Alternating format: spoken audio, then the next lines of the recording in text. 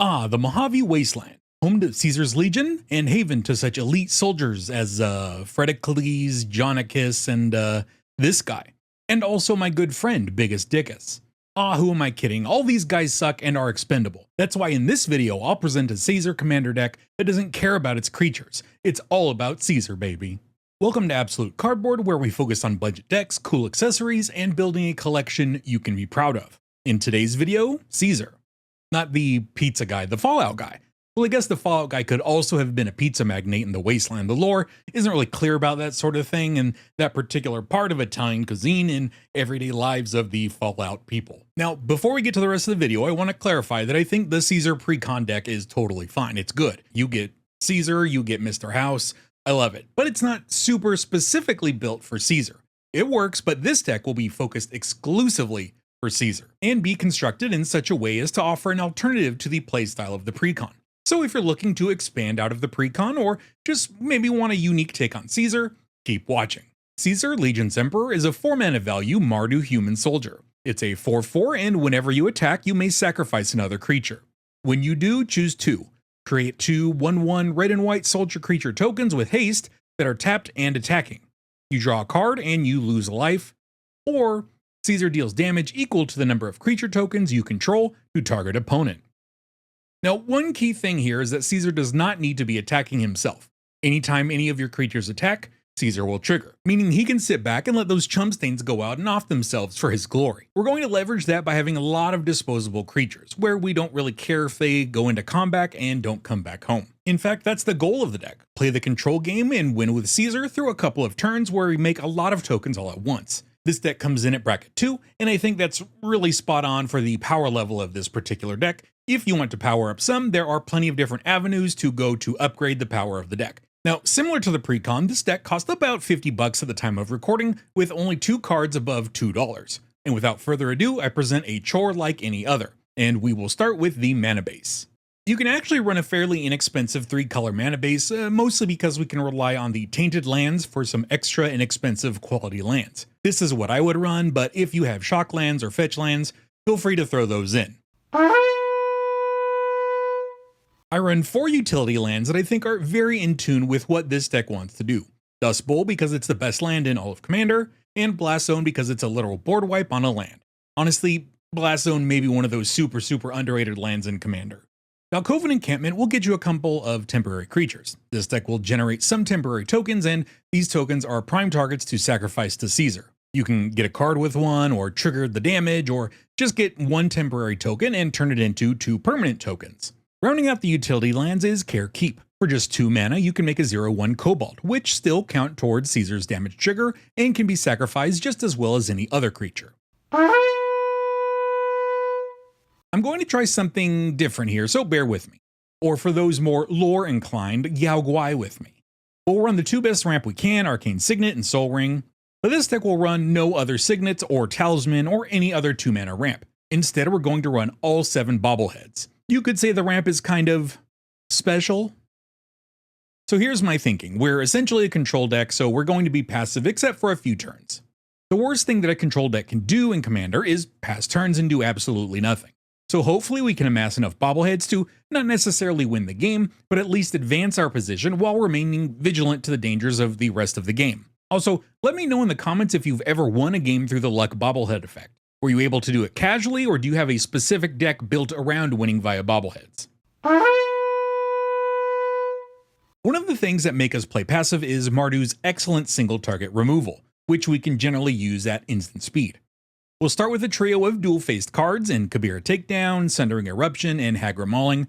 Okay, these are all okay removal, but being completely honest, I generally don't run enough of these dual lands or double-face lands, especially in control decks. The versatility of an okay land and an okay removal all in one card is really nice. Most of the interaction is generic. You are in black, white, and red, prime removal color, so run what you think is best for your meta. For me, I'm running Terminate, Rakdos Charm, Emergency Eject, Mortify, Bedevil, Vindicate, Stroke of Genius, Generous Gift, and Lethal Scheme. Lethal Scheme seems like really good. 2 mana to destroy a creature or planeswalker and loot twice, it seems really great. Maybe that's because we expect to have creatures where it doesn't really matter if they're tapped or untapped or not, but man, I'm really excited to get some reps in with this. Caesar himself will do most of the sculpting work, sacrificing meaningless torps to draw cards. Because of that, the sculpting package is a little bit light. We start with Ellen Harbury's Busybody, who will get you an impulse effect for each token created in the turn that you activate her. This can be a few cards or just a draw, but it will really pay off when you are making a megaton of tokens on your lethal turns. Hardened Tactician makes use of our stupid measly creatures to get us a card. 1 nerd, 1 mana, 1 card, great deal. Mentor of the Meek is a token deck staple and works fine here. You can get as many draws as you really want, though it does become less efficient when you are generating a lot of tokens in one turn. Morbid Opportunist is trying to get in on our racket by benefiting when our creatures die. I kinda like the cut of this guy's jib.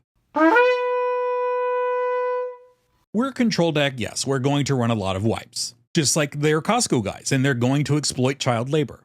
Crisis of Conscience and Hour of Reckoning are pro-token creature wipes. Structural Assault handles artifacts, which then in turn will also take out a good number of creatures. Vanquish the Horde will let you leverage your tokens to get a cheap Wrath of God. Vault 75 Middle School hopes to asymmetrically wipe some creatures and then buff yours. Not a strict wipe, but the upside of having your tokens get +1/+1 counters is worth the risk. Austere Command and Final Act are super versatile in what they can do for you. And Vats is just cool. Note that you don't destroy all creatures with the same toughness. For example, if you have a 1/1 token and they have a Llanowar Elves and Birds of Paradise, you can target just the elf and the bird without targeting your token. Though you may want to do it anyways because Caesar is watching and likes it when his soldiers sacrifice themselves for no good reason. Ruinous Ultimatum is just a big ol' house wrecker, but not a Mr. House record. I mean, it also wrecks Mr. House decks, but I just wanted to make a Fallout reference there. I didn't put a lot of ton into it. I just made the correlation between house and house. Now the real stars of the wipes are White Sun's Twilight and Martial Coup, both of which will let you wipe all creatures but then instantly replenish your supply of creature tokens. Now we have 2 ways of generating creature tokens for Caesar.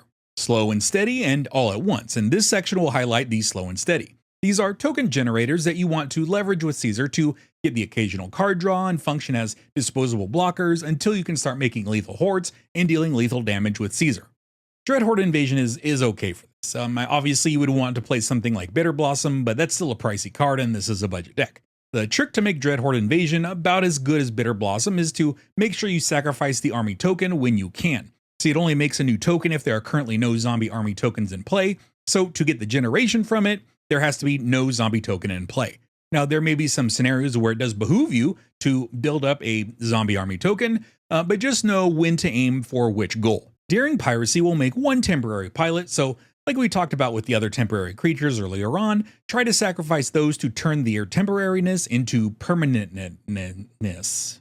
Goblin Assault, Outlaws Merriment, and Assemble the Legion will all just generate permanent creature tokens, some big, some small, some with abilities, some temporary, some consistent, some escalating. They all just make stuff. Now, here's the section where I make a joke about Tide in your Commander pod and then make a joke about not eating Tide Pods. Well, I'm here to tell you Tide Pods are delicious. They're deadly as hell and you should not eat them, but there is no sweeter berry than forbidden fruit. One of my favorite recent inventions are X spells that are actually just enchantments, and here are 3 fireball enchantments for dudes. Champions from Beyond, Defenders of Humanity, and March of the Canonized. Defenders of Humanity will let you double dip on the creature generation after you or someone else wipes. Champions from Beyond will let you leverage your tokens into scries and buffs, and March of the Canonized can get you a vampire demon if you have enough devotion. When I was younger, I thought that the word canonized meant that thing or person was shot out of a cannon, but now 4 months later, I've really learned a lot. The rest are all just creature token fireballs with 2 notable exceptions. Form a Posse, Path of the Ghost Hunter, Blot Out the Sky, Secure the Wastes, Finale of Glory, and Song of Totentots. The 2 I want to call out specifically are Path of the Ghost Hunter and Blot Out the Sky. Blot Out the Sky could also be considered a wipe, but since the if qualifier is the wipe, I decided to keep it here. And with Path of the Ghost Hunter, if you aren't playing a game of Plane Chase, then the second ability just doesn't exist. It just becomes 2 mana and X for X11 flyers. So the general idea is to make a buttload of creatures, then trigger Caesar's ability to deal lots of damage. But sometimes that isn't always feasible for one reason or another, so this section deals with amplifying the power potential of our creature tokens. Intangible Virtue, Fervent Charge, and Inspiring Leader are all ways to buff your creature tokens, either directly or when they attack. Securitron Squadron will add +1/+1 counters to your token creatures as they come into play, however many times you can squad this up. And McKinley Stampede is another dual-sided card that can either be a land to make sure you keep hitting your land drops, or a mini overrun to make your opponents drop, like lands. What's better than Caesar smacking someone with a bunch of dudes, which is what I imagine the in-lore equivalent to Caesar's damage trigger is. That's right, it's doubling it. Casella Blade of Gold Knight, Gratuitous Violence, the Roller Coaster Ride, and Fiendish Duo will all turn your Caesar damage trigger into twice that. Now, you could try running things that also make Caesar's ability trigger twice, so you can send the damage at 2 separate targets, but not me. I just want one big damage number. Okay, so you should probably run Impact Tremors. It's cheap, it works with what you want to be doing, you don't need to build around it, you don't need to combo with anything. It's just a really good card for this deck, and you can just throw it in there and let it win you games. Now we get to the spicy Caesar pizza. Freeze's Tainted Strike and Glistening Oil. That's right, deep down at the heart of every great Emperor is a filthy Infect player. Slap one of these on Caesar and quicken the game up by a lot. Also, this will put a big-ass target on you, so, you know, use with caution. The full deck list for reference is in the description below, where you can also find various affiliate links to cool deck boxes or Magic the Gathering products. If you like the video, leave a like on the video, and consider subscribing to the channel. You can find links in the description to join my Patreon, or become a member here on YouTube. It's only $3 and it helps a lot. And maybe you could check out another video, like this deck guide on Mr. House, complete with incredibly flavorful accessories. Thank you for watching, thank you for your support, and I will see you around.